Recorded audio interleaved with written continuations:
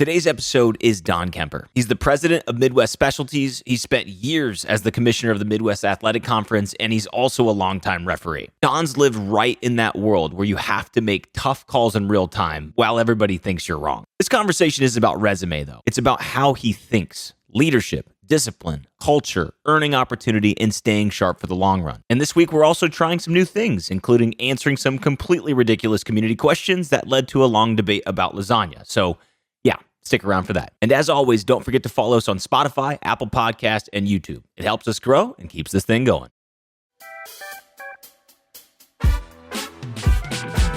Hello, and welcome to the Two Dads Podcast, episode number 48. To my left, Slick Willie, and to my other left, Don Kemper. Slick Willie, how you doing today, buddy? Hey, how are we, buddy? Doing pretty good. Enjoying the weird mix of Ohio weather here. I've got a bunch of people at work that are sick, 52 one day, 27 the next, 59 the next, 0 the next. There's a lot going on today. Don, how you doing today, buddy? I'm doing well. Good. It's good to see you. Thank you for taking the time to come in here. Oh, thanks for the invite. Yeah, appreciate it. So, Don, we got this thing that we do legacy-wise. We have episode number 48. I don't remember what episode I started. It was in the low teens where I started saying, number 11, Barry Larkin, right? So 48, we always let the guests go first, and I only have one, so I sure heck hope that you don't take mine. I have none, so I'm just going to, spoiler alert, nothing. Don, go ahead. Any 48 out there that 48, you might have? I'm going to go with Daryl Moose Johnson from the Dallas Cowboys. There's no way. Check. I'm going to look. I'm Checks actually going to out. do this. Bill, you go because I don't have an answer. You said it was Daryl who? Moose Johnson. The Moose Johnston. Johnson. Dallas Cowgirls. Dallas Cowboys. Bill? I'm going with the layup of one. I'm going to the guy who almost ruined NASCAR, Jimmy Johnson. I would like to make an announcement. Jimmy Johnson, excellent. How did he almost, wait, fill me in on that. How did he almost ruin NASCAR? He won like 8 or 9 championships in a row, whatever it was, and they basically reformatted NASCAR playoffs to avoid him winning because he was winning championships with like 6 races to go. And it's like, these don't even mean anything, and attendance drops. So now they do a playoff format where everything matters. He won the thing before it was even like the grand. So there was no payoff. It was just like, we're going to watch this whole season. Well, he would watch, but he would be so far ahead of points. That's what I mean. Yeah. So it's like, why are we watching the last 5 races of the year? I've got a quick update for you guys. Okay. Dallas Cowboys. Daryl Moose Johnson. 48. Well done. That was very, very good. Very good job. Pull a shot in the dark. One of the greatest guesses of all time. That must be the most obscure one we've had to date. Great job on that. How are you guys doing, though? How was your weekend? Anything important or major to update before we jump into the show today? Anything going on in your life, Bill Ray? You got home late. You've been busy at work. How's that going for you? I actually did a really good thing, and I turned work off all weekend for the first time. I did that too. Dude, I disconnected for like a day. And you know me, that's wild. From a phone from you is more wild than me. And I was monitoring my screen time a little bit, and I was like, a lot of it's work related, but we still did socials. And I know we talked about getting rid of socials, like probably 5-6 episodes. Got rid of Snapchat, got rid of Twitter. And then recently, Haley and I noticed a shift in Riker's attitude when we turned that off this weekend, right? We just put the phones away a little bit, just stayed more focused, a little bit more involved. And we saw a really good shift in him and us, really, as a family. So she says, I'm just keeping I'm keeping my accounts, but deleting the apps off my phone so I can still log in like a computer and check, but I'm not doom scrolling on Reels and stuff. So I said, well, I'll do that too. So I'm like 3 days sober from social media, I would call it. And it's been good. Like my screen time went down like 2.5 hours a day.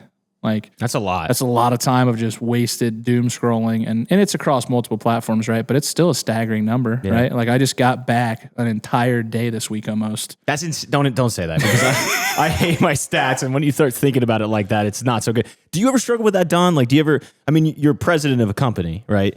So you get a lot of calls. When I talk to other presidents, that's something that they say. Like they've got very specific times that you could get a hold of them, and they cut it off. Do you ever run into that issue where you're on your phone too much doing work? Maybe not social media. Maybe it is social media. I actually got rid of social media almost a year ago during Lent, actually. Gave up, got rid of my Twitter account, my Facebook account, Instagram account. Tired of people tagging you in bad calls or what? It could have influenced that decision. I would say so, because you think about that. If you have social media and you have access, which is X or Twitter, right? Like you get a bad call, like say one of the referees in the Marion game that with the dropped infamous drop pass, right? you might get some. Have you ever got anything weird like that? Have you ever got any death threats or anything weird? No. Luckily, I never missed calls when I officiated. So I was, I don't know how many calls I made, but I was perfect. That's why we brought you on. There's someone in the chat, in the comments, it's going to be like, Don, what about 1998 St. Henry versus Marion in the third quarter, blah, blah, blah. I couldn't imagine. I'm already getting stuff. I get stuff about my hair. We get stuff about the numbers. We get stuff about the comments and stuff. So yeah, you're probably setting yourself up for a little bit. I'm actually helping you guys out. Driving traffic. We've been getting plenty of traffic. Okay. Guy over here. Speaking of haters, okay. Did you see what happened the other day, Bill? I don't like to give this attention, but did you see? Because this is pertinent because you're here, and I like that you had mentioned that you're perfect every time and probably have never had anyone bicker at you. Well, I saw it on Saturday or Friday, whatever day it was, and then I tried to click the comments, but it wouldn't I couldn't read it, but I saw your post, so I don't know if they hit it or you hit it or what. It wasn't. It was like a glitch. Like sometimes that happens. Like I hit it because not the post. Like I didn't hide the post. I hide the notifications because this person was going at me nonstop. But what had happened, and just for everyone listening, because I'm not trying to fodder hate comments to try to make it to the podcast. Please don't do that. They had a burner account, all right, named Phil Your Mom. I still don't get that. But you know what that means, Bill? I don't know. Like PHIL? Yeah, I think so. Yeah, sure. Doesn't make any sense. So Phil, your mom, anyway, they created an account just to say that Jackie Arling, her success was predicated because her parents had money. And if you think about that for a second, there was two things happening in my head. One, that's horseshit. Like that's I was very angry because that's such a gatekeeping thing of how business works. Like any decent business person would never say that. I mean, that just sounds like a jealous thing. And usually if you're actually in business, you're cheering other people on. Chicken trucks around the area are always helping us. Food trucks that compete with us are like, hey man, you should really consider no one's out to get you like that, right? Mostly we're trying to help each other. But anyway, they wrote that it was a rich entitled thing. Basically, paraphrasing here, but he was like, yeah, it's a lot easier when you have wealth and blah, blah, blah, and you're spoiled or something like that. Well, that's a guest, okay? I'm not going to bring people on the show and not defend them, right? Like I'm not going to have you come on here and then we sort of come out there and don't defend you when they say that. So I did that, and it exploded into a whirlwind. I basically just said, hey, get off her for a second. Talk about me. I got a loan from my mom, right? You know why? I didn't want to go to a bank. It doesn't make any sense. I don't pay 10 to 15% interest on these parts, and now you're behind the gun, and my family worked really hard to get there. So what are we talking about? There's still blood, sweat, and tears. It's not like this business closed the next day. She got the money. So I was very frustrated about that. The best part was then this person started screenshotting their sales from some random job that I can't verify. Okay, so they screenshotted all these sales, and it was good. It was like $800,000 a year. Yeah. And they talked about how this county would crush their business if they knew who I was and stuff. And I just sat there and I go, you sound sad, pathetic, and jealous right now. And the second question I had, and I don't know how you guys feel about this, I'll toss it to you guys, but are you not going to give your kids money after this? Like, okay, you just showed me $800,000 in sales, and your kid wants to start a business being like you. You're not going to help them in the future? This whole thing just stops because they have to go through some weird, if you didn't make it from the gutter and make it to the top, then you're nothing. I don't know. What comes to mind when I tell you that? Because I was pretty heated about that. I didn't see all of that. I just saw the one comment that you posted on the story, right? So once I know the context a little bit, Jackie's done an incredible job for herself and the salon. Does money help? It 100% does help. Sure. But anybody with the right attitude can source funds. Like I will die on that hill. If you want me right now, and there was a challenge for me to go fundraise, not on this platform, $100,000 to start up a new chicken truck. Yeah. I will make, it'll be a competitor of yours, but yeah. Okay. Great. Don's Chicken Fries. No, two duds. That's what Berkey and Rich say every time I piss them off. They're like, we're leaving. We're starting a food truck called Two Duds. But if you have enough effort, right, and I learned this, one of the owners of my company, Justin Spillers, has really taught me, like on the fundraising side of things, like how to optimize in the process of sourcing money, right? Like we buy these apartment complexes, we don't buy them all in cash, right? You're borrowing from some people, you got investors, banks, et cetera. If you go out there, and Gary Vee said it, right? It's Gary Vee podcast, pro Gary Vee guy. Mm-hmm. You go out there and you make 50 investor calls a day for the next 120 days, you'll find $100,000. Right? You have to have a good business plan and all that stuff, But that guy's talking just about money. So if you just need money, I can go find you 100,000 real fast through relentless effort and attitude. Now, don't tell me you went to the local bank and they said no because you don't have a business plan and you have no assets to leverage. Yeah, that's probably right. Yeah. Right? But if you go and you get scrappy and I tell Don, listen, I got a vision here, brother. I need $5,000, okay? In the next 3 years, I'm going to give you back $8,000, okay? And here's how I'm going to do it. And who else do you know, right? Who's your referral? You got anybody else got $5,000 living around? I'll give them, $8,000 back. Here's your return over those 3 years, whatever. I only have to do that 20 times. 20 people to say yes, I got $100,000. That seems way more feasible than saying I need $100,000 from a bank, right? So get scrappy, go do it. 2, that sounds like I'm going to choose my words politely. I can see the pause. I would say that sounds like someone who either has a bad feeling about Jackie personally. That's what I was thinking. Or someone that is so upset with themselves, right? Making $800,000, if that's what they do, great. Like nobody really cares how much money you make at the end of the day. Mm-hmm. More money, more problems. So maybe they make so much money, they're so leveraged, and now they don't have friends or anything. So they're just miserable, right? I mean, Kenny Chesney's got it, Rich and Miserable, right? It's a country song, right? So it's true though. The more money you have, the more problems. And I think we talk about in this lane, right? Part of me leaving Two Dad's food truck, right? Yeah. Trying to consolidate a lot of what I do to simplify my life. I have a comfortable living. I'm good. I don't need more money. Sure, is it more money? Great. But truthfully, finding yourself and finding peace in yourself is way more important. I'd say that guy or girl, known as Phil your mom, it's hard to tell, needs to find themselves. If it's a girl, I'm going to be shocked. Well, it might be. Yeah, true. But they need to find themselves of who they want to be and what they take pride and passion in, because the time related to make a burner account, to go create an email, to create a Facebook page, to then go find the post and comment that much and put that much effort, they're a sad individual. And I mean, that's how I feel about it. Absolutely. I always say this about people that respond negatively to any social media post. Like if you spent your time really like that guy, he's worried about money, right? Spend the time you took to respond to that post with a burner email account or burner Facebook account, whatever it was. Take that and leverage that time to try to be better, right? I mean, there's so many things that he could have done with that time, he or she. Number one, I wasn't the person that did that. Okay, good. Thank you thanks for letting me know. It's good. And number two, Jackie's mom is, she graduated from Fort Recovery 1 year before I did. So I've known her most of my life. And, for recovery. How do you deal with that? Like, maybe some advice for me then. I guess I got heated. I mean, I never really get heated, especially with burner accounts, because I'm like, come on, dude. Like, you already lost your argument having to create a burner. Now, you want to have a conversation, you want to bring up some good points or something because you want to bring it up in the chat or not be a hater. Great. Advice for me. I mean, you go through this, hopefully not a lot. You've made 100% of the correct calls. But when someone's giving you an earful, you see these people at the grocery store. I mean, it's very pragmatic. Like, it's just like, it's right there. How do you deal with stress? Like, whether it's business or maybe not a perfect call, I guess. But where's your mind go when somebody's like kind of hating on you like that? Well, most people that are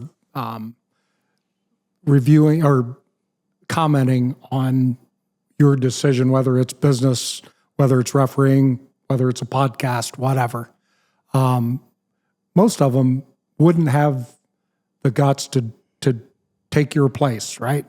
So I always think about that and think about, do I really give them, because responding to them gives them the leverage they were looking for, right? Yeah. So, I don't respond to people. I say this a lot. I know who I am. I know my capabilities. I don't look at other people or really, to be honest with you, care what other people think of me. I know who I am. I'm not going to change that because somebody doesn't have a good opinion of me. I'm comfortable in who I am. So now to kind of parlay off of that, and I think I've done a great job in the last 6 to 12 months, probably finding myself a little bit more in that, finding that comfortable. Yeah. And I line it up with this podcast, kind of the same start frame and the trajectory this has gone, talking to a lot of individuals in business and understanding like-minded individuals talking and really taking some of the advice that we do put out in this podcast, right? That's why we bring on people like you with a decorated career in different categories. What's your advice to someone that's 20 to 30 years old? Because I think it's a time thing. I think it's a growth thing as an adult. What would you tell someone 20 to 30 years old, though, that's kind of struggling with some of that of maybe the outside noise, right? Like on maybe how they do find themselves and how they handle those situations? I mean, I think it has to start with the goal. You have to have, what do you want to do? Because if you're lost and you don't have a North Star, right, you're never gonna get there. So figure out what you want to do with your life. Do you want to be, my grandfather always said, I don't care what you do, but whatever you do, be the best at it you can be, right? And I take that pretty seriously. I told my kids that. And I think it's applicable. Figure out what you want to do, be the best at that task or that job that you can possibly be, and figure out, there are plenty of people that will help you down that path. I tell people all the time, I know Bill and I have talked via LinkedIn a couple times, and I'm very open to helping people.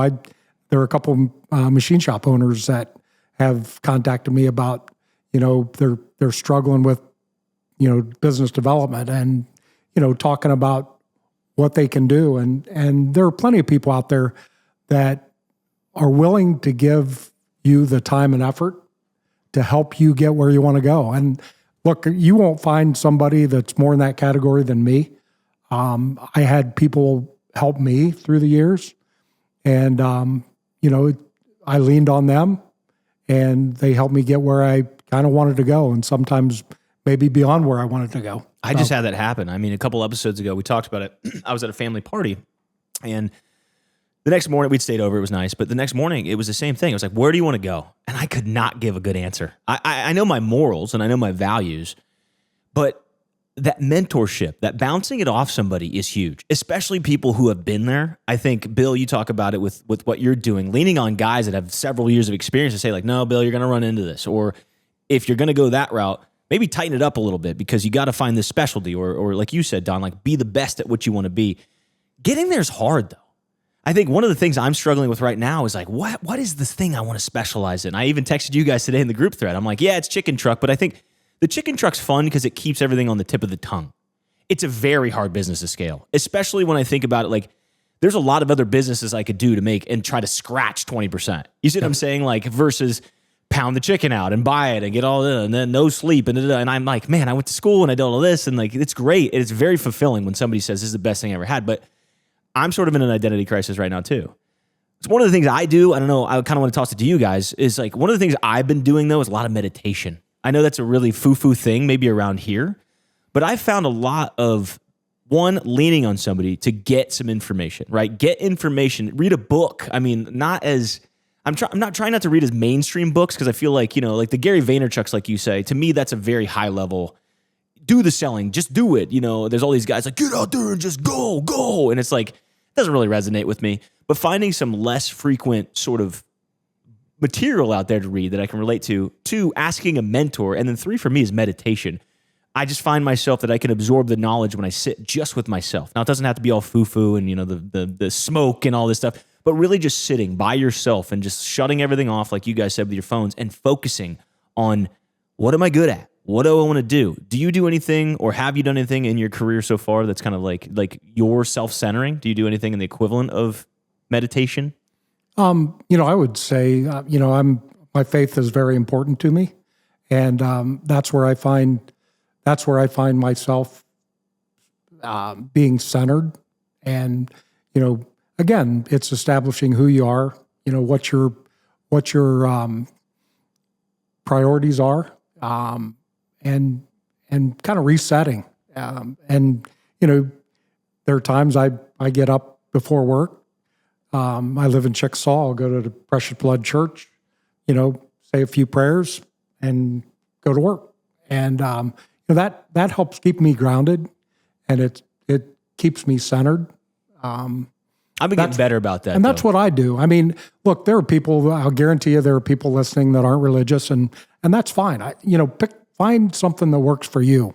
Pick something. Yeah, I'm not religious by trade of church, maybe, right? Like I don't belong to this church, I belong to this religion. I'm a firm believer in God, right? I've seen a lot of things that I would say there's a higher power out there that's influencing something, right? I didn't grow up in a church. It's not something we did, but I do believe in it firmly. So that's where I'm kind of in that middle land. Same. But I think for me, right, I did buy that sauna in here, and when I sit in that, I'll do the same kind of, it's not really meditation, but it's just kind of like, I guess it is. It's just breathing and focusing and really concentrating on Sounds like meditation, buddy. That's what I was like, well, it kind of is as I said that. But it's not like, again, maybe not the foo-foo, like, you know, hum, cross your legs, that stuff. The other thing that I realized, I worked in Sydney as a plant manager for 3.5 years. That's a 40-minute drive from here. Then I got the job in St. Mary's. It's an 8-minute drive from here. And then now I'm back to a 45-minute drive driving to Piqua every day. So the drive time to and fro is kind of like my focus on what I'm doing today there, decompress on the way home. So by the time I get home, I'm not still kind of maybe heated from work, like something bad happened. And I've also grown as really just as a leader to understand that like work will be there tomorrow. Like that issue, the plant is not on fire. Okay. Yeah. If it is, it's a whole different conversation. But hey, we had bad quality on, 150 parts. That's going to be terrible in the morning to go back and fix, but you can fix it and it's just going to, add your labor costs, whatever. So really understanding like what really matters. And like, I take a lot of pride in my job. And when I was younger, I would get fired up and let it eat me to my core. You got a million texts from me in a row. That's when Mitch is getting eaten up. So I think a lot of that goes to that, but I think it's a really good topic for discussion because I think going back to it, if you don't have your goal, your North Star, and your plan, it's really hard to effectively be good at something. Well, that's what I want to talk about today. Like everybody who's probably listening to this in the area and knows you from being a referee or the MAC commissioner, I'm not as interested in talking about that today. I think that's part of the identity of who you are, but really about efficiencies because what we're going through is we're trying to ground ourselves or find our place or ascend in business, create a business. It all comes down to efficiency and inefficiency, right? Right. When you're a ref and you have to throw the flag, to me, a player has created an inefficiency, right? He has done something wrong, the flag comes out, and they're penalized for that. I'm sort of weaving this story here today for those that are listening in the fact that like I want to know what people or we are doing sort of inefficient in a way by picking your brain and talking to you about it. So for those that are listening right now, today's guest is Don Kemper. He's the president of Midwest Specialties. He's told us earlier that makes up 2 companies that he is president of. They're out of Wapak, and he's someone who's spent a career in high-standard environments, manufacturing leadership, building teams, and solving real problems. He's also spent 30 years officiating sports, including 10 as commissioner of the Midwest Athletic Conference, which means he knows pressure, decision-making, and what it's like to manage a lot of opinions when everyone has skin in the game. This conversation, like I said, isn't about a resume today, though. It's about how you think, what leadership actually is, how opportunity is earned, and how we separate talent from results. And lastly, for me, how you stay sharp for the long run. Because I think the things that we're talking about accumulate and you can wear down from that. So if you're trying to level up at work, as a leader, or just as a person, then this one's for you. So Don, thanks for being here. Appreciate that. We've actually got a new segment that I want to run through today. I threw it to Bill. I got a lot of problems with you people. Community Mailbag. So this is Community Mailbag. It's time for a new segment I like to call Community Mailbag. You asked, you commented, you DM'd, both good and bad if you're listening to our Facebook conversation. And now we're opening up. This is where we take real, hard-hitting questions from real people who just want to peek behind the curtain of Don. You guys aren't ready for this. I reached out to a bunch of people on the internet. They responded. What we got back is hilarious. Don, are you interested in playing the Community Mailbag with us? No. Okay. Well, that's the end of the segment. That's a flag. All right, 10-yard penalty. Didn't tell him. All right. So the first question comes from Jake Baumgartner. He wants to know, what size shoe do you wear? 12. All right. Excellent. Brian Schulte writes, during your Chickasaw Chief days, this is Little League, Oh, this how is did you big. manage to sit on a 5-gallon bucket all game and keep stats with a Palm Pilot? It takes a special talent. Brian was one of my favorite players in Chickasaw Little League. Love the guy, still love him today. So he was a treat. He's still a treat. I did use a Palm Pilot to keep score for our scorebook. you can imagine how long ago that was. It was before, phones and tablets had that opportunity. But yeah, I actually did that. That's good. Well ahead of his time. We're talking about efficiency today. I That's still perfect. like the old school, like the book, right? Like I grew up on a softball diamond doing book for my dad. So like even today, like that was my favorite thing of coaching Kohler, like still doing the books and the stats and stuff like that. Isaac Busher writes, if refs were allowed one WWF-style entrance per season, what song would you come out to? Is there a song that you would come out to if they announced refs like wrestlers? I'm not a big song guy. I don't know. That's the best part about this. You're on the spot. You got to pick a song. Bill, what would you come out to? I think that it would be great if every referee had to come out to the Kurt Angle song. You suck. You suck. Just that's as the ref hater. If not for Don on his side, I would say the Hulk Hogan one. That's a good one. These are very just good. runs out. We just have you over the mic doing that. I'm in.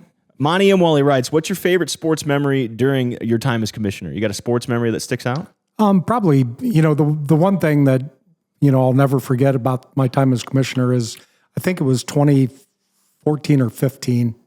I said I wouldn't forget it, but I did. 3 teams won the football state championship from the MAC.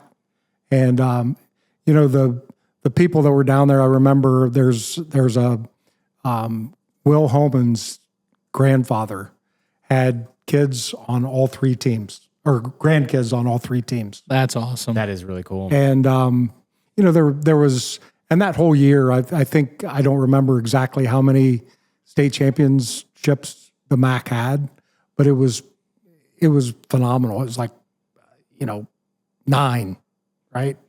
Some conferences don't even have 9. Yes. And it was one of those years I went to every state championship game, got to see all 9 of them, and it's just a great memory. Drew Russell writes, when will we update the referee whistle? That's a great question. I don't know what the upgrade would look like, actually. Maybe louder? I don't know. Come with the... They actually did do the electronic whistle during COVID, right? Okay, dude. But moving on from that terrible... Yeah, I'm out on that I'm one. out on COVID. Rob Wenty writes, if you put one lasagna on top of another lasagna, do you have one big lasagna or still 2 lasagnas? I would say you have stacked lasagna. 2 of them then? Yes. Okay, stacked lasagna. Kirby Stuckey writes, after many years of officiating, who is the coach you've always wanted to serve a technical to but never did? Well, These questions are awesome, by the way. Kirby's another guy I love, right? But to be honest with you, I didn't have too many coaches that I wanted to give a technical to. That Well, I didn't give a you never technical. missed a call. Yeah, exactly. There's nothing to say sorry for. But I did give technical fouls, and I can't think of one coach that I said, boy, I wish I would have given him a technical foul, because if I felt like that, I would have given him a technical foul. I got a real one right off that real quick. Okay. What about, so I went to Knoxville, right? Yeah. So what about Hegemeyer's though? Those guys got heated and hot real quick. I actually love Hagemeyer's son, Yeah, okay. Joe, no. but I actually like Dan Hagemeyer a lot. Yeah. I always officiated, when I officiated his games, he was, he's fiery, but he's one of those guys you have to match his energy, right? Yeah. When you talk to him, like, he's animated and going at it, and you just respond and return it to him. And I just remember in the stands watching, like, he's going to get a technical one of these days, because he would get hot quick. So, All right. Alex Kemper writes, I reached out to your son. who is Alex Kemper? Exactly. Well, spoiler alert, you might have an illegitimate child running around. He said, if you could go back in time and give yourself one small piece of advice, what period of life would you go back to, and what would that advice be? Wow, that's pretty deep. Yeah. Thank you, Alex. I'd probably go back to somewhere around 1980 and figure out how I could buy Apple stock.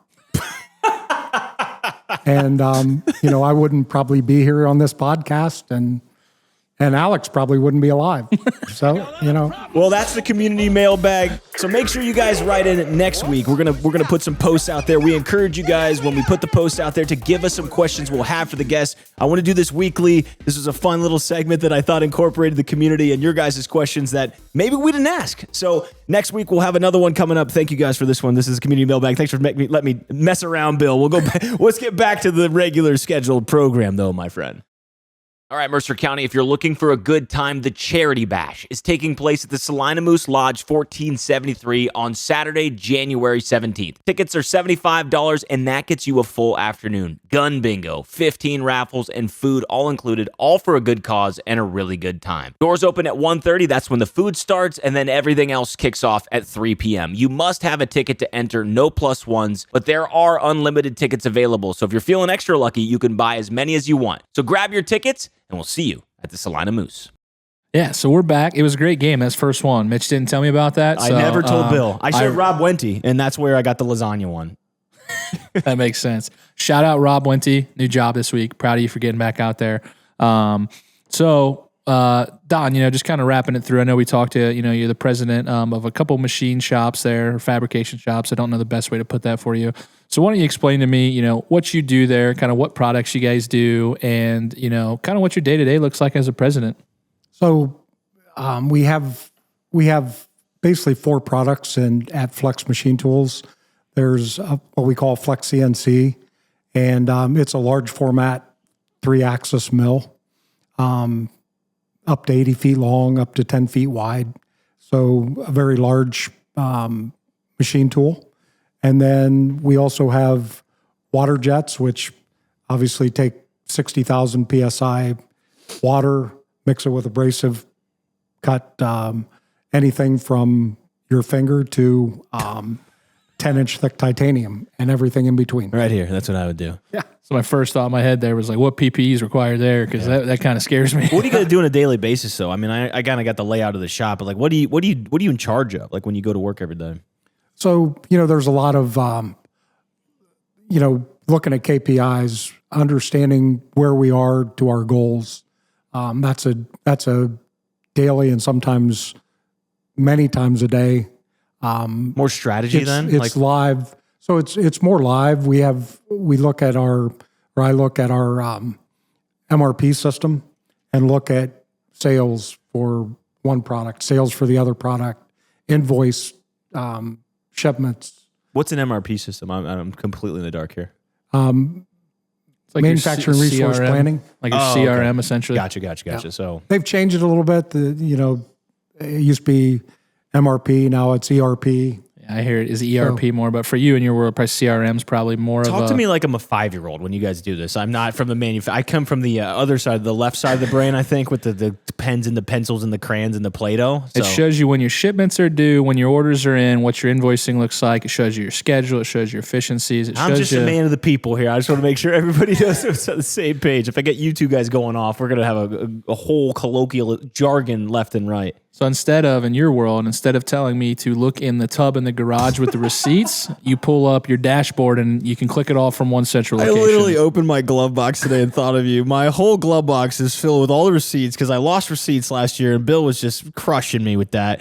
And they just spilled all over the thing. And I literally, there was nothing better than that poetic little metaphor that just happened in front of me, which is I really need to get my stuff together and not keep my receipts in shoe boxes. But the beauty of it is you didn't lose them.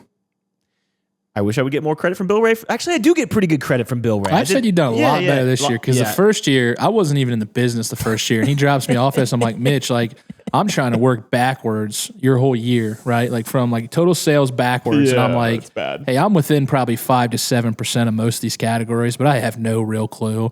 Got to the tax account. We still did good. So that was good. This year, we did it basically by event, right? I'd recap each event. Like what was the labor cost? How much did we buy? How much did we sell? So we're going to be a lot closer this year.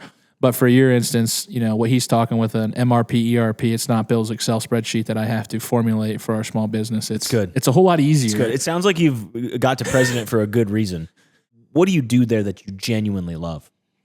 So, I work probably, if you listen to our engineering department, I probably work too much with them on product improvement, product development, that kind of thing.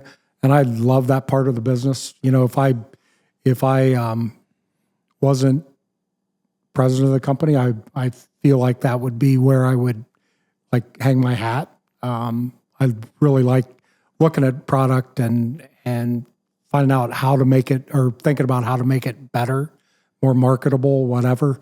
I would tell you that my wife, I sometimes drive her crazy because no matter where I go, I find opportunities to improve whatever we experience. And she always says, can't you just turn that off? Right. But that's. Is that your superpower? Would you say that, like, optimization might be your superpower? Yeah. Yeah, I'd say so. It's like in your, like, if you're a true operations guy, it's just in your DNA. Like Haley, my wife in there, will hear this next week when she listens to this, and she'll just roll her eyes because she knows that's me. We were leaving the movie theater in Salina the other day. Seriously, we were leaving the movie theater, right? Great movie theater. Shout out, again, I forget the gentleman's name that owns that there. Salina. Josh. He's a manager there, yeah. Yeah, manager, Josh sorry. Pierstorff, huge fan of the podcast. Yeah, does great work there. We went there, had a great experience again. But we were walking out, and we were walking to our car. We stopped and ate at the Anchor, so just across the block there a little bit. We're Jacob, walking come back. on the podcast. I keep it. I'll be there in the spring. And I looked up, right, and it's more like real estate operations, but I look up and I see there's a window AC unit up there. And I'm like, she's like, what are you looking at? I'm like, well, they shouldn't have that AC unit in there right now, right? And she's like, what does it matter? I'm like, well, someone's paying for that electric, and it's just getting pumped out there. You guys are great at parties, aren't you? I bet you guys are amazing. I can't wait till we have the Two Dads 100th episode, invite everyone back to some party, and you guys are just in the corner. Fixing things. You know, we could have done this better next year. So next time, when did you start working though, Don? Like when did you get into the workforce? Like truly, like what was your first job? So, you know, I can go back to 1978. I was working for a place in Fort Recovery that's no longer there. Bob's Friendly Service. It was a gas station, and pumping gas. And back then, pumping gas meant you cleaned windows, you checked oil, you know, all the things that, you know, do you want your transmission oil checked, whatever, you know. So it was much more involved than it is today. And then, you know, that was during high school. And then, you know, they said, hey, why don't you change oil in that car? So I started changing oil, repairing tires, and that led, you know, kind of one thing led to another, and I kind of became pretty good. I'm kind of mechanically inclined, so I became pretty good at repairing cars. Now, keep in mind, this is long before the cars of today, so they were much easier to repair. They didn't have 1,000 wires running through the engine compartment and 16 sensors checking one, you know. So I worked there during high school, and during that period of time, towards the end of it, Ron Garrett was one of our customers, and I was interacting with him, filling up his car, and he said, hey, do you ever think you might want to come to work as a mechanic and not pump gas and do this other stuff? I said, yeah. I mean, I've thought about it. What'd you do to Ron that like impressed him like that? Because he probably didn't ask you that randomly, did he? Nobody cleaned his window the way I did. Okay, but that's a good answer though. I mean, that's that we're talking about like optimization and kind of get to the next level. And it usually takes something like that to be unordinary. You have to have something whether that you're stuck out. Really good or you're just quirky, maybe, right? Like I just like kind of the way that guy handles people skills. Maybe you wash the windows at the same level, but you just had a personality a little bit. It's like, hey, that guy does a pretty good job. So he asked you to come work for him. Yep, and it just so happened my best friend, since we were 5, Harold Feely, already worked for him. So it was an easy decision, right? So I think I pulled my tongue saying yes, but went to work for him, and I really enjoyed it. I mean, that period of time What did you do there? I was a mechanic. Okay, so you're a mechanic as well. GM certified mechanic. But that period of time working with my best friend, and I mean, we had the best time, had a lot of fun, did a lot of work. But, you know, at some point you say, how long can I do this, right? Well, is this a career, right? And I realized that, you know, very small companies don't pay very well. The benefits aren't very good. So, ended up applying at Crown Equipment Corporation and went there, was offered a job there. And the funny story is I was working both places for about 6 months, maybe a little bit longer than that.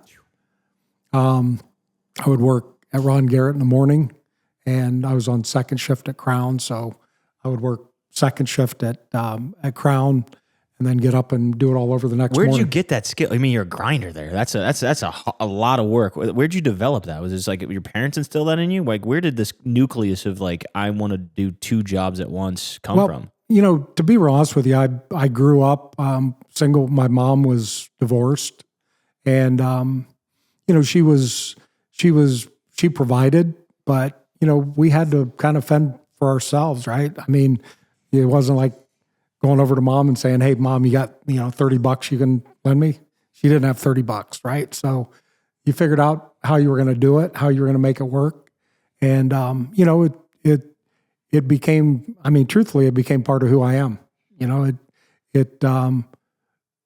Crazy competitive, even though I'm not. Like I always tell, I had coaches that Spank Shum. I don't know if you know Spank Shum, but to this day, I love Spank Shum. And I always talk to him. I was the worst kind of high school athlete because I was competitive as hell and had the worst skill set. And those who can't play, ref. Yeah. And I mean, it was bad. And that is 100% correct, by the way.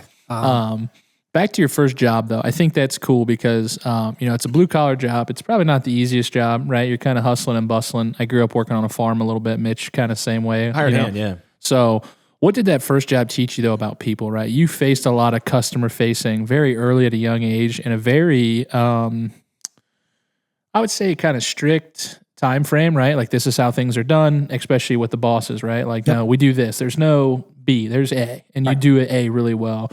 What did that teach you about interacting with people that probably trajected you maybe to where you're at today in a leadership role? Yeah, I think it definitely had an impact. I mean, obviously learning how to deal with people, and because there were all kinds that came in there. There were people that were very friendly and wanted to talk while you were pumping their gas, and back then it was a distance from the window to the tank, and people wanted to talk, and there were other people that came in and they were just. To be honest with you, miserable. And I tried to treat everybody the same, whether they came in and had a scowl on their face or they came in with a smile on their face. I tried to treat everybody the same. And I would actually say that, officiating definitely helped down that path as well. When did you get into that? When did you start officiating? So it was later in life, but okay. I was probably in my late 20s. But all that stuff, a lot of times, people are who they're built or they're developed by experiences. And I think, people will say, well, how do I do what you did? And it's not that simple, right? Like there were crazy things that happened in my life that like somebody left a business and it opened up an opportunity for me, and somebody unfortunately passed away, and there was an opportunity, and it's stuff that you experience, and I don't want to say you take advantage of it because it's not the way it is, but it develops you as a person, and you can't chart out that path. I mean, starting at a gas station and becoming president of a company, it's like, good luck trying to lay that out, right? What do you tell people? What would you say, right? So if I relay that just hit me in the strings, right? Because when I was my first plant manager job, I had a guy just got moved to plant superintendent, right? About 9 months under my belt, which was still green, right? Like you're green talking as grass, baby. Supervisor to plant superintendent. Now, from a supervisor, I think I was overqualified experience-wise. Plant superintendent, right? So next step, big dog plant manager / GM. And I had a really good mentor, PJ Hazley's from Indiana. And, he basically told me, hey, new private equity is owning us. I'm not going to last long. I'm not their flavor. So be ready. And I'm like, all right, I got a couple years here to start sitting on P&L calls and learning the ropes. And 3 months later, he's like, well, your ship. And I'm like, what? And he's like, I'm got a month left. So what would you tell? Because like I had to consult my grandpa. Like, I don't know if I'm ready for this. Like, this is a lot of responsibility. Like, I have people's lives in my hand when it comes to paychecks and kids and rent and everything else. And if you've never seen a poorly ran company, you can see how fast it can go south. It does not take much to turn a company south quickly. What would you tell anybody out there that has an opportunity that they don't feel like they're ready for? You know, whether it's internally, mentally, or anything like that, what would you tell the younger generation that has that next opportunity to step up? So this is really easy because I had actually a conversation with my daughter, Kristen. Kristen worked for Ohio State, and her boss was the director of finance for the Schottenstein Center. So she, her boss wanted her to have that job and thought she was more than capable.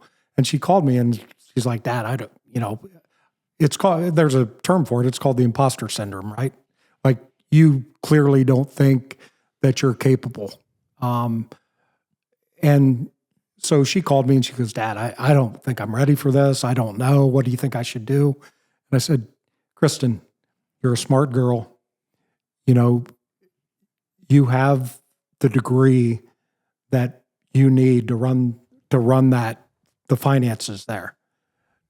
It's a great opportunity. You'll kill it. You know, take advantage of it. And she's there today, loves her job, you know, doing very well, very successful. But, you know, I'll relate it to something that happened to me when I was at Crown Equipment Corporation.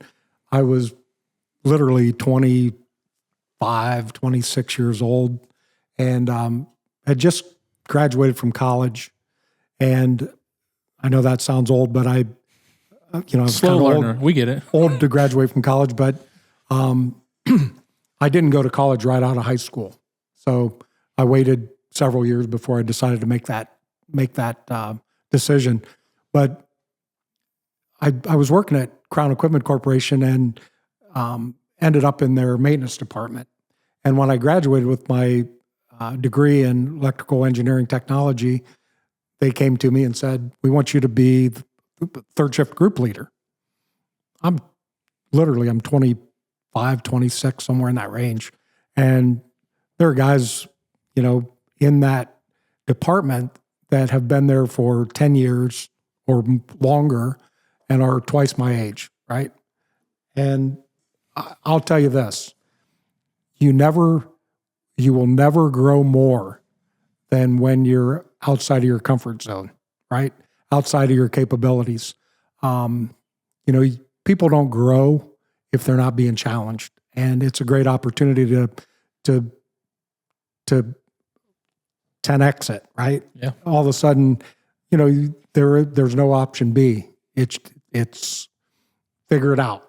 And, you know, it was kind of difficult because there were a lot of people that, you know, I had to manage schedules. I had to assign duties. I had to help troubleshoot equipment. And these guys were all significantly older than me. And to be real honest, never in my career did I grow more than that 5, or it ended up being about 3 years. But that's the opportunity. You know, if you get an opportunity and you don't feel like you're capable, I mean, I won't say that sometimes you're probably not, right? I'm not going to say, you know, if somebody asks you to do brain surgery, maybe, yeah, give it a try. You know? But, you know, if you get an opportunity to stretch your capabilities, you better take advantage of it. I feel like I come from a little bit of the other side too. Like, I want to jump in a little bit about schooling too, because I have some questions about that going late to college. But, you know, there's probably some people out there too that might be a little bit more like me. Like, I would try to bite off opportunities that weren't available, right? Like, I'm like, no, don't you see can't you see I've got this? And not really understanding how to fluctuate or humility. I think my problem was always humility. It's like, I knew I had a good brain. And Bill would say the same thing, but there's checks and balances there. Like there's things that I wasn't so good at that, like, dude, you can't be in that leadership position. You're gonna, you'll get all the answers right, but like you're gonna alienate an entire crew. You're gonna kind of ruin your momentum. I think about that in the situations that I've risen to become, I was ready for, but the ones that I was sort of blocked from doing, I think it's good to remind people that sometimes you're not always ready for an opportunity. Absolutely. I think I hear a lot of kids come out of college, and I had just talked to somebody not too long ago. They were like, I want a promotion. They won't give me a promotion. I'm like, okay, well, what are you doing to get yourself in a position to promote? You got your degree? Yeah, I got a degree. Okay, what are you doing? You're pretty good. You getting all your checks and balances? You doing good? Yeah, my boss loves me. Okay, how long you been there? 5 months. I'm like, okay, dude. What do you say to kids like that, though? I mean, you're a president. I'm sure you run into this a little bit. You got a kid with all the talent in the world, but like they're not ready for the next phase. Like, what do you say to them? Like, is there any advice on the back end of reverse up imposter syndrome? Maybe Superman syndrome? You know what I mean? Yeah, and I mean, look, confidence I think is important. I don't care what you're doing. If you're dealing real estate, whatever it may be, but confidence is important. It's officiating. If you don't have confidence in yourself, you're in trouble, right? People are going to recognize that.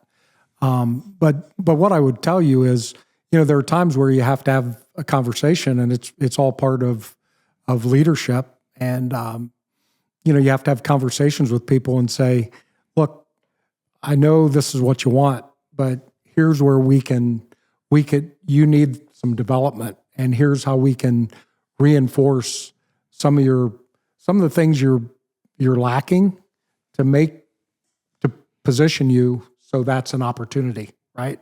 And those are tough conversations to have because I will say, especially, I've noticed it, more and more young people seem to want to go from zero to the top, and they don't want to wait. And I actually admire that, but you have to temper it a little bit, right? You have to say, let's create a path to get you there, because that's what it's about. I don't want to cut you off real quick, and I wasn't going to do this mini game this early, but it's a perfect segue because I have a fun little mini game for you guys called Promote, Coach, or Cut. I'm going to have you and Bill Ray play together. Like I said, I wasn't anticipating. That's the beauty of the podcast. We just kind of ebb and flow, but you brought up a great point that I wouldn't be able to segue as well as it would right now, so I didn't want to pigeonhole it, but this is perfect. We're going to take a quick break from the deep stuff and do a little game. You've been in the president's seat, and Bill, you're working toward a president's seat, but a higher level management. You've led teams. You've seen every version of good employee and every version of this is going to be a problem. So we're going to play a game called Promote, Coach, or Cut. Okay? I'm going to give you a person type. You got to pick one: promote, coach, or cut. And for operations guys, you got to keep it short. I don't need huge responses to this, but just promote, cut, or what? Or coach. Coach. Okay. So you're going to promote them, you're going to coach them, or you're going to cut them. Okay. No long speeches, just your gut call. Okay. Single word. And maybe one sentence. Why? Right? You good with that? Okay. Here we go. Great attitude, average output. Do you promote them, coach them, or cut them? Great attitude, average output. Coach. Okay. High output, toxic attitude. Cut. Smart, but always late. Coach first, cut second. Quiet, reliable, improving fast. Promote. I'm going to coach first, though. I think I'm going to coach on that little bit of that moxie a little bit to be a team leader. Blames the system for everything. Cut. Inventory guys. They're very quick to these. Wants a title, avoids responsibility. Cut. Never misses work, but never improves. Coach. Yeah, 100%. Everyone likes them, but they're not accountable. Coach or cut. And I would probably coach and then cut because it's likely not going to change. Good with that, Bill, right? Same answer, agreed. Well, that was a fun little game. I just wanted to throw that out there. I just thought this was a good little segue for a little bit of retention for you guys that are chilling and listening to this, but I appreciate you guys playing that. I thought it was a really nice little segue, because it goes into leadership and standards and everything you guys were talking about. Anyway, let's get back to it. So one of the things I wanted to ask you was about school. You went to school late. Where did you go to school? So I went to Wright State Lake Campus. Go Lakers, baby. That's a huge. I went to Lake Campus for a couple years too. Why did you pick the Lake Campus? You're a sharp guy. You're here, and I could tell that you've got some age and wisdom and thoughts. And I've got age, definitely. Okay. It's amazing when you slip that into a conversation with somebody who's older. They're always the first thing they pick up. I've said 5 beautiful things. He's like, yeah, I'm old. So what? Why'd you go to Lake Campus? Like, what was it about the Lake Campus versus a bigger university? And do you regret not going to a bigger university? I mean, my personal situation, I help take care of my mom, and I have a sister who's handicapped. So, I knew I had to be around home to take care of them. So my plan was to go to Ohio State. At that time, Ohio State was easy to get into, but Jeffrey Dahmer got in there. yeah. But I actually chose Wright State Lake Campus. I went there. I was one of my General Motors certified mechanic classes. I was exposed to electronics, and it kind of piqued my interest. So I decided I wanted to kind of learn more. So I took an electronics course, and I loved it. I loved the the campus as much as you could love Lake Campus, and I knew that it was a great opportunity close to home. So for Lake Campus, a little different now than it was then, right? They've done a lot of growth over that. They've done a good job there. 100%. And now with the TriStar, Really? I didn't know that. I mean, I it's guess growing. I mean, from when he's talking from when he was in college till now, it's done a lot of growing. it felt the overall. same when I went. I mean, they've got Kind of about the apartments. same Yeah. then, but yeah. But I want to focus more on the TriStar side of things because it kind of vertically integrates into what you do, right? There's some technical stuff there. Absolutely. What are your thoughts on, overall the TriStar program and kind of getting some of those fundamental things in the way? Because like I've already said this from the get-go, and this will probably lead into my next question. If I had to tell my son right now, he's 8, unless he had a burning passion for whatever he knew he wanted to do, I would send him probably to Wright State Lake or to work somewhere in a blue-collar field to figure it out, kind of like what you did. And in high school, he's going to TriStar. I don't care.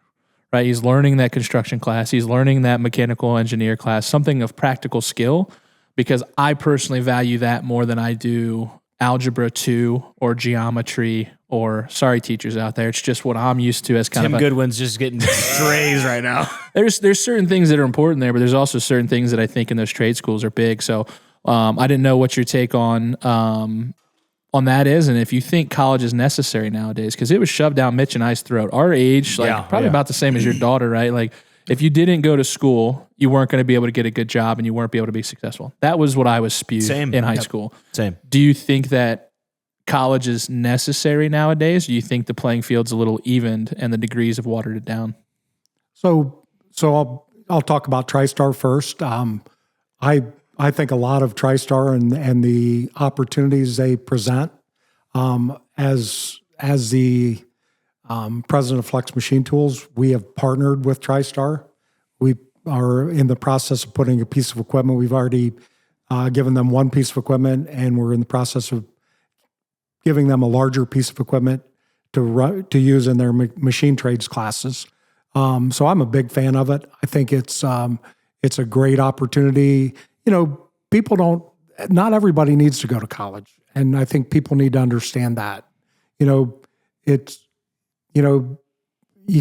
kind of get the feeling that if you're not going to college, you're not going to be successful.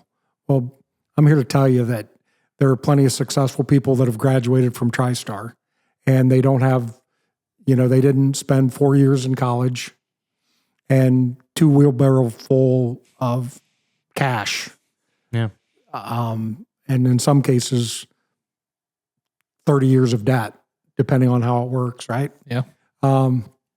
But, obviously there are areas where a college education works, right? Yeah. I mentioned brain surgery. I probably would tend to go to a brain surgeon that has a degree.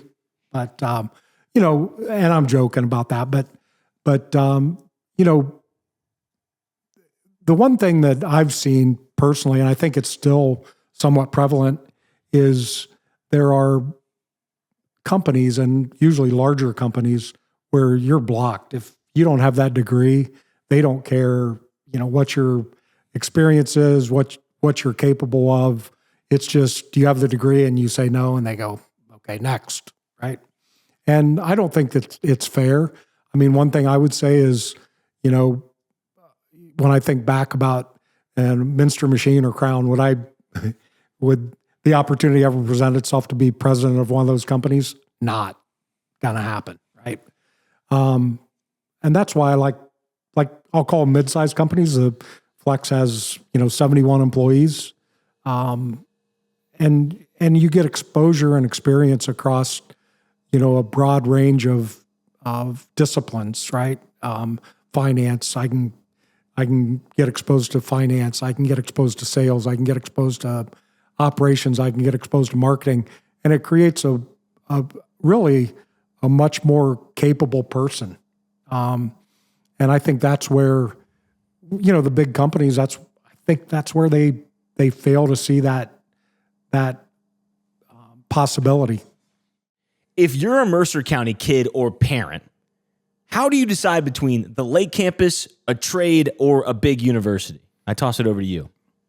Yeah, so I think a lot of it depends on the capabilities.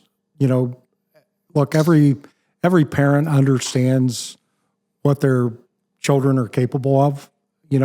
If especially if you're not, you don't know what direction you want to go, right? Why not take a trip to TriStar and, go to a trade school, figure it out, and maybe catch your passion, right? Because if you don't know, I don't know what the next step would be, right? Yeah. So, but if someone wants to go to college, and this is, again, my youngest son, Ryan, is an engineer, mechanical engineer at Crown Equipment Corporation, and we should probably charge them advertising fee. Yeah, at least No free brand deals. No free That's brand well deals. said. You know what? That is well said. Mr. Dickey and invoices on the way. Yeah. So, Jim, if you're listening, I'm trying to get him on the podcast. that'd be awesome. They won't give me his information. I've knocked every door down. We got Bill Montgomery. We've had the mayor. I cannot get a Dickey. So, my youngest son, Ryan, when he graduated from high school, was interested in going to Ohio State initially. And my two oldest kids both graduated from Ohio State, and I spent 4 wheelbarrows full of money to pay for their education, right? Ryan got rejected at Ohio State and ended up going to Wright State. The tuition was $6,500 a year. He got $3,500 scholarship per year. So it cost him $3,000 a year to go to Wright State Lake campus. Instead of a Ended with wheelbarrow, just a 5-gallon bucket. Yes, absolutely. Small pail. That was a pay increase for me. I was excited. I actually took my wife out to eat. But I told him when he was working through that decision, I said, look, if you're going to stay in this area and that's your plan, Wright State Lake Campus is a great opportunity. He has a 4-year bachelor's degree in mechanical engineering. Didn't have to leave Salina, right? It's a great opportunity. If you're going to stay in this area, where you got your degree probably doesn't matter much. People kind of respect Wright State Lake Campus in this area. If you're going to go to a big city and you're going to work for a Fortune 500 company, maybe you want to go to a bigger university, and especially one that is more specialized in whatever field you're pursuing, right? And that would be my guidance. And if you're in a big city, just put your resume as Wright State. Don't put Dash Lake Campus. Or don't, a lot of people, they go to Columbus and they get a degree from Ohio State and then they stay in Ohio State. It's almost like, it's like you can almost get better bang for your buck if you leave Columbus with an Ohio State degree. I always say it's correlated to the football team. The more that they are on national broadcast, you'll always catch a guy and say, "Oh, you graduated from Ohio State, Buckeyes, man, you big Buckeye. I'm a Longhorn, man. Hook 'em." You know what I mean? Like, dude, it's so weird how many doors the Buckeye degree has opened outside of Columbus. Inside of Columbus, it's like, okay, dude, yeah, it's like flavor of the week. Cool. Would you go to town? Yeah, we're in probably the same classes, dude. Cool. I know how long of a campus walk it was, and we all hung out the Oval, like whatever. You know what I mean? To kind of tie it back to, the job career, was there ever a point, and you've had a decorated career, right? You've been through, a decent amount of companies there, 5, 6, whatever it might have been. At any point, did anybody see potential in you early and kind of take a chance on you? Was there that mentor that says, hey, Don, like I'm going to help you out and here's what you're going to do type thing and take you under the wing? Because that's one of my favorite things, right? Like I'm a young leader and I have a lot of young people around me, right? So to be able to be a little bit more relatable to them as a young leader, like if you're someone in your mid 50s or 60s, sometimes when I was younger, I viewed it kind of as, okay, yeah, you know everything. Okay, whatever. All right, old man. What about the young person grind, right? And like what it's like for us young people. But was there anybody out there that took a chance on you that kind of helped form, who you are today a little bit? Yeah, no doubt. I think any successful person can kind of point back to somebody that helped them down that path. For me, it was a guy named Rich Porter at Minster Machine Company. Rich was from outside of the area, came in. He was my manager. I worked for him. And, early on, I got along with him well. One of the things he did is email was relatively new, right? And Rich was ultra suspicious of email. He's older, 7 years older than me. He was ahead of the fishing curve. Well, I've heard of some things around the area where emails being opened was not great. So Rich always said, when you send an email, it's forever, right? Like if you say something that maybe you shouldn't have said, or even if you left something kind of open-ended, people can take it different ways. And do you really want that? So, I would send emails, and I would, to be honest with you, I was terrible about, I'm competitive. I hate to lose. And I felt like I was always right, much like officiating. But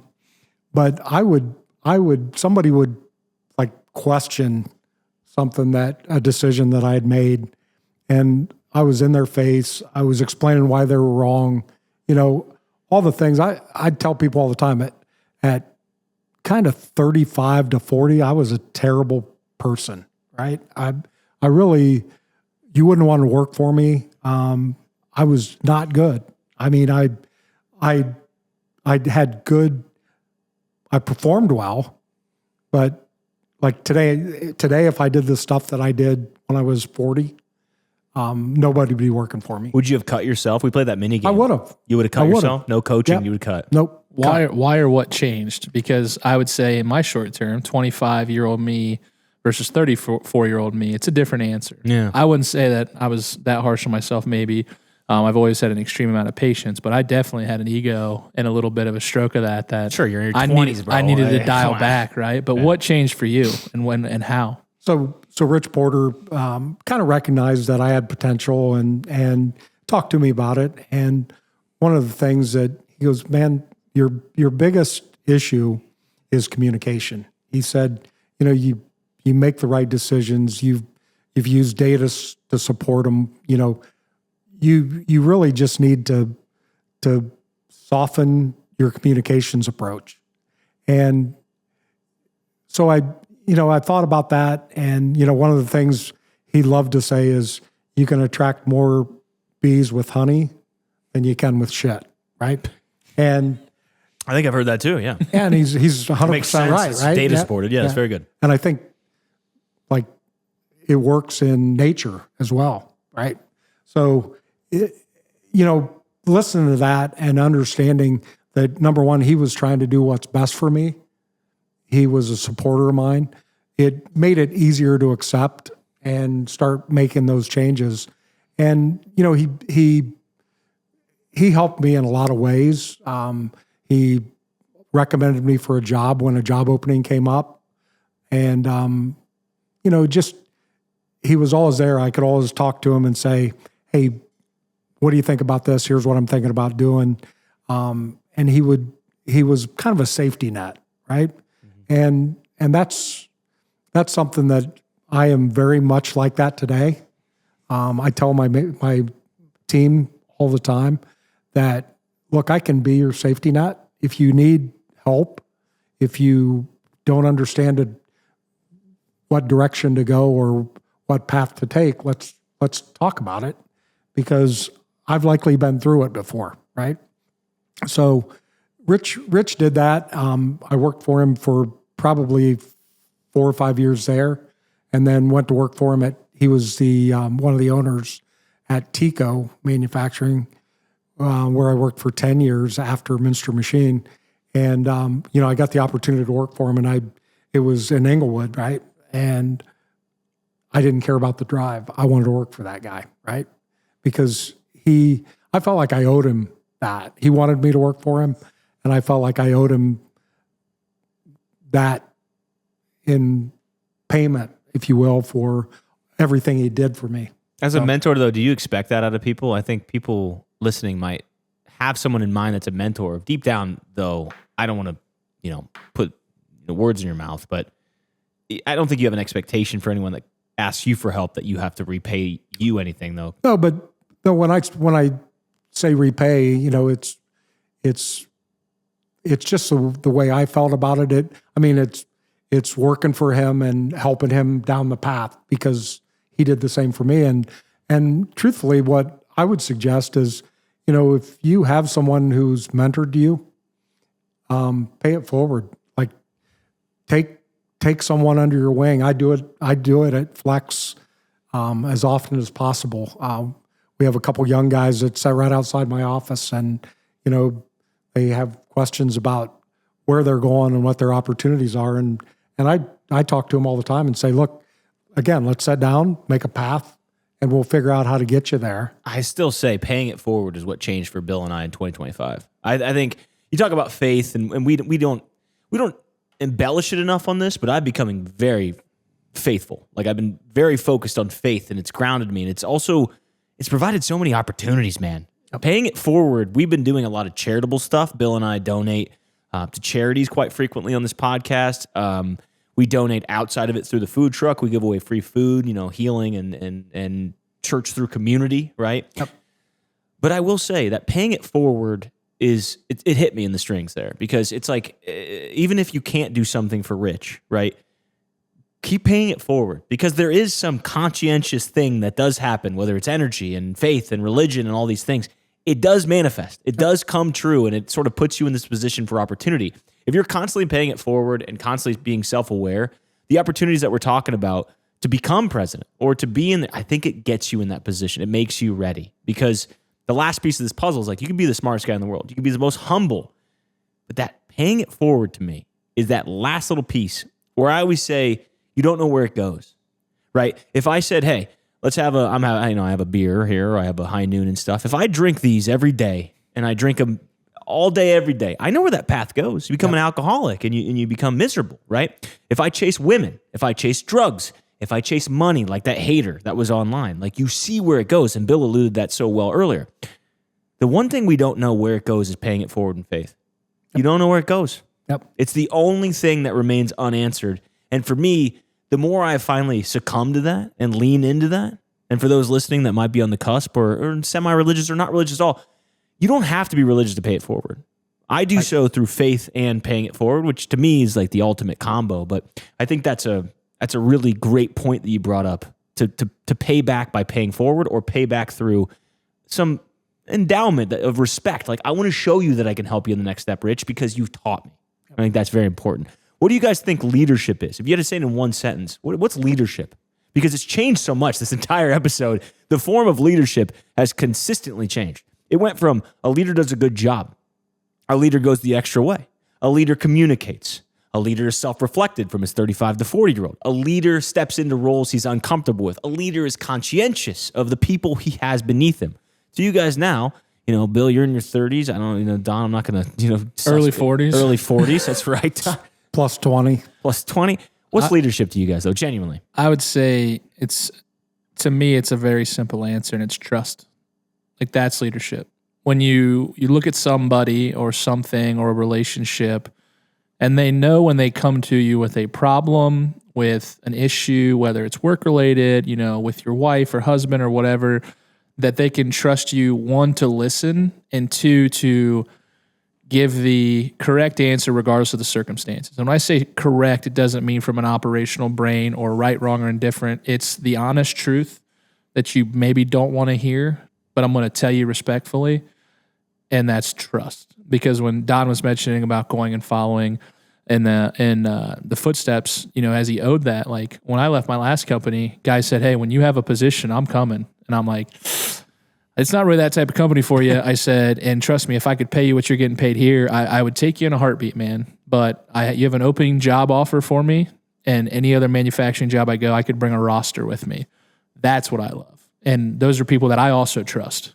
What do you think, Don? Yeah, I agree 100% with what Bill said as far as trust. I do think it's also respect. You are required to respect the people you deal with and feel, treat them like a human being. There are a lot of like difficult people that, they use and discard, right? If you respect the people you lead and they trust you, you're going to be miles above everybody else. I think the one thing I'll add, just through therapy and leadership and trial by fire, I mean, you guys alluded to it. Like when I took my first job, my dad was on the podcast. I think it was episode 8 or 9. I think it was 9. He thought I was crazy. I never knew how to do a hard day's work in my life. I was always, creative. I work smarter, not harder. It's not like I was lazy. It was just that type of work was foreign to me, right? But through life and these mysterious circumstances that you talked about earlier, like did I ever know that I would be, over at Kyle Guttemuller's house, Randy Guttemuller's milking cows saying, "I hate this. I don't want to be a farmer. I want to go to college." And then going to college, meeting these influencers and doing the things that I've done and just at wild levels. People are always like, "How'd you do it? How'd you get there?" There's no secret sauce. It's sort of like you constantly have to be self-aware on the way up. But the things that I learned that leadership is for me, because Bill says trust and yours was respect. Mine is trying to see through different lenses. That's the one thing I learned, to try to understand, and that's sort of accumulation of trust and respect, but I trust and respect myself and you enough that I'll try to see through your lens. I'll try to see why you're bringing this to me, right?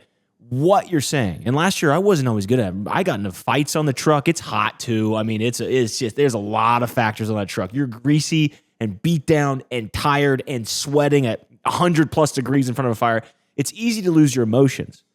But what I like is if I try to see it through the lens of why they're doing this or why they're feeling this way, then I can try to make an improvement. And I think the other thing that I would say, and maybe you guys have an opinion on, is good intentions.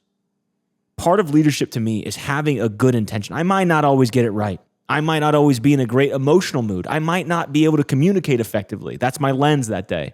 But what I will say is having good intentions, I think, goes a long way in leadership. Do you guys agree with that? Your thoughts on that?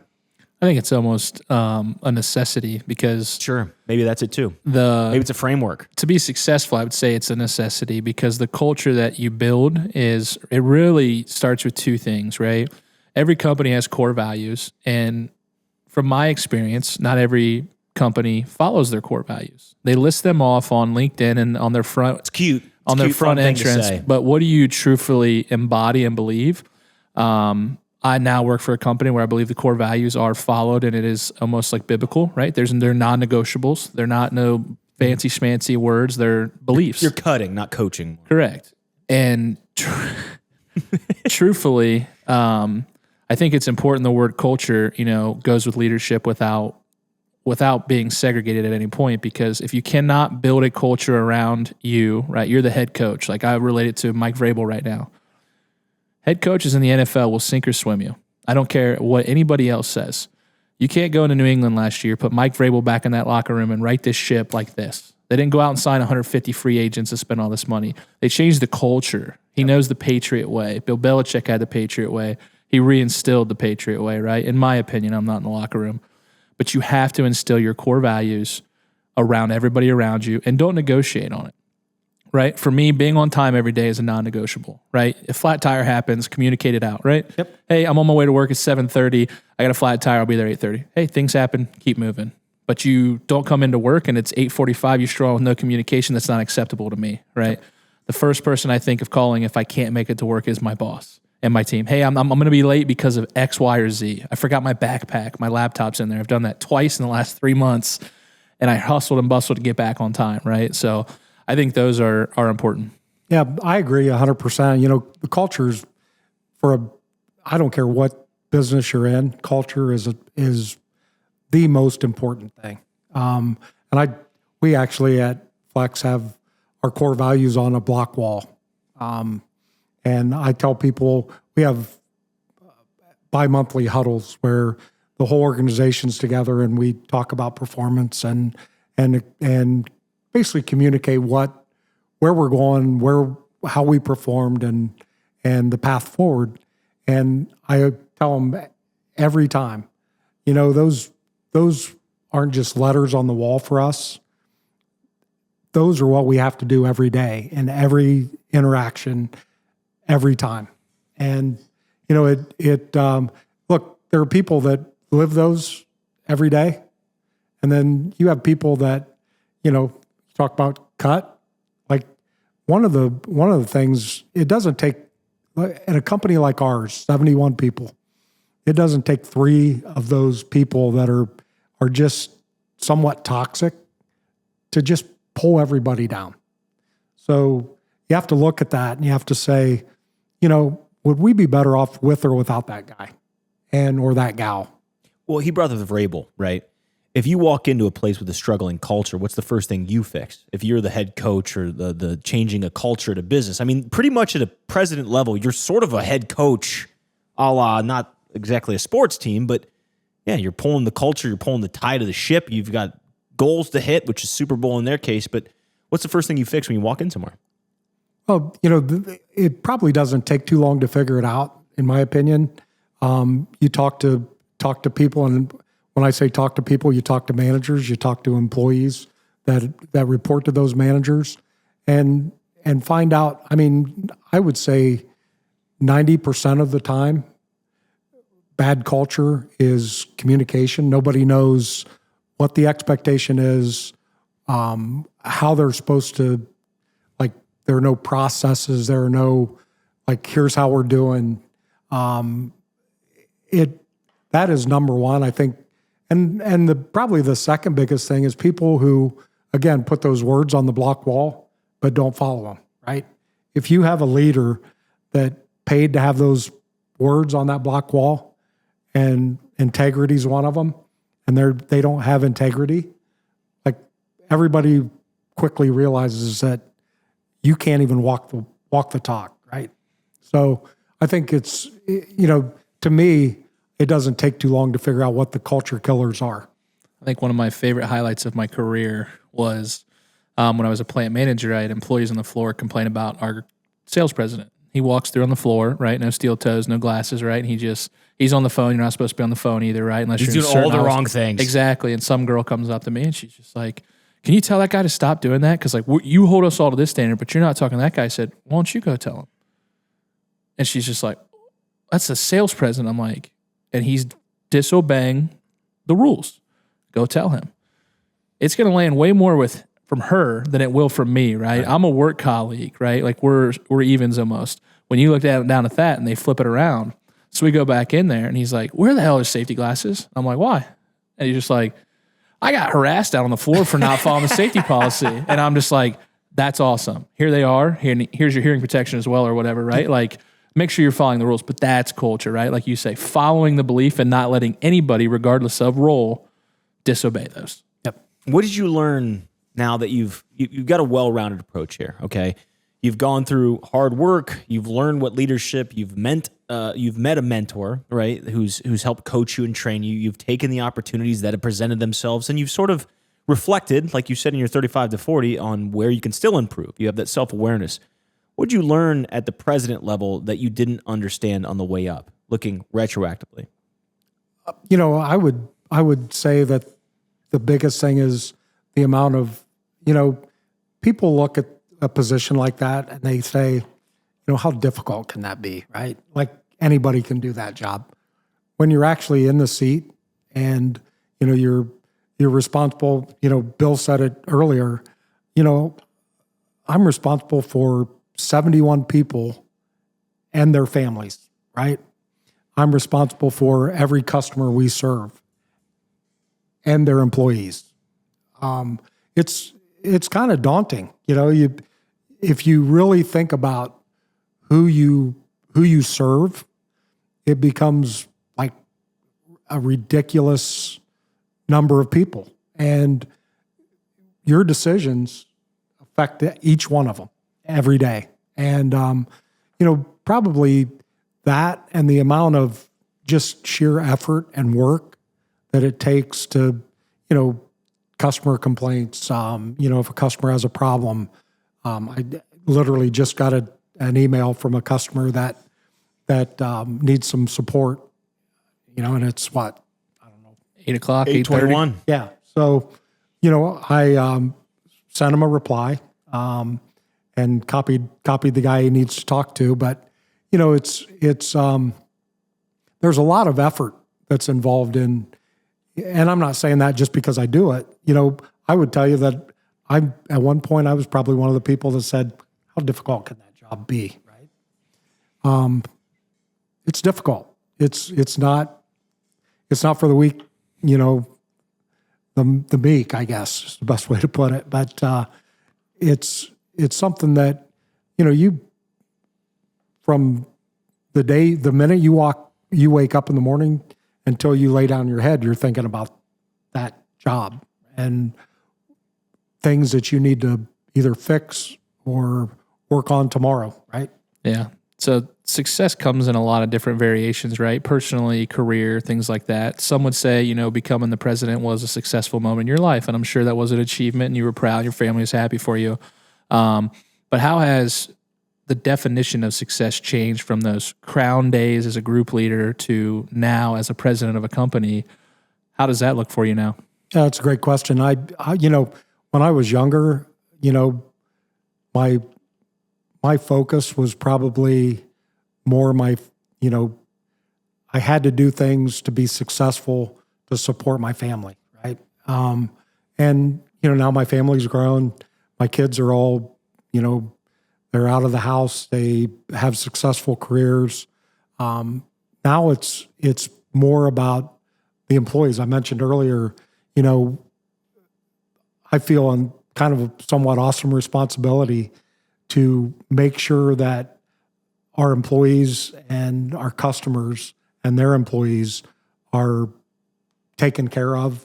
And I would say that's probably what's changed. I mean, obviously I want the company to be successful, but I also want people to learn things and grow within our company. And that's probably more my focus now than it would have been at that, 25 to 30. The Angry Don era. The Angry Don. We got, that's my whistle. I can do That that was with a my good tongue. whistle. That's pretty good, That right? That's is pretty pretty good. good. Well, we're going to play a game show. Wow. Okay. Tee 'em up. I'm in the ref outfit. Don, we have to ask you before we go. We play a game show at the end of every episode. Are you interested in playing? I can't wait. You can't wait. That's good. We got our lawyers and stuff. Question for you. Do you have a charity in mind? We donate to charity for just participating. Is there a charity you got that you're kind of like, hey, I kind of want to donate to that? Yeah, so we donate a lot to the West Ohio Food Bank. Let's do that. So this one, the West Ohio Food Bank, you said? Yep. Okay, we're going to donate to that. I'm going to ask you some questions, okay? Before we let you out of here, we're going to do one thing. You spent 30 years as an official, which means you've basically been trained to make calls in chaos while everyone thinks they're right, okay? So we're going to play a game called Foul or Play On, okay? This Foul or Play On. I'm going to throw you a situation, and you got to make the call. Foul or Play On. No long explanations, just the call, and if you want, you can give us one sentence why, but, for sake of time, let's go straight into it. Are you ready? Ready. Foul or Play On. At the bar, a buddy asks you to split the check for an $8 tab. Foul or Play On. You had an $8 tab and he says we got to split it. Play on. Okay. Someone likes your text instead of replying. Foul or Play On. That's tough. I'll say play on. Buddy takes a sip of your mixed drink without asking. Foul. Young kid yells 6'7" during a basketball game. Foul. You hold the door open and they do that little awkward half jog to the door. Foul or Play On. That's a foul. You stop to let someone cross at a crosswalk and they don't wave. Play on. Your neighbor mows at 8:05 on a Saturday.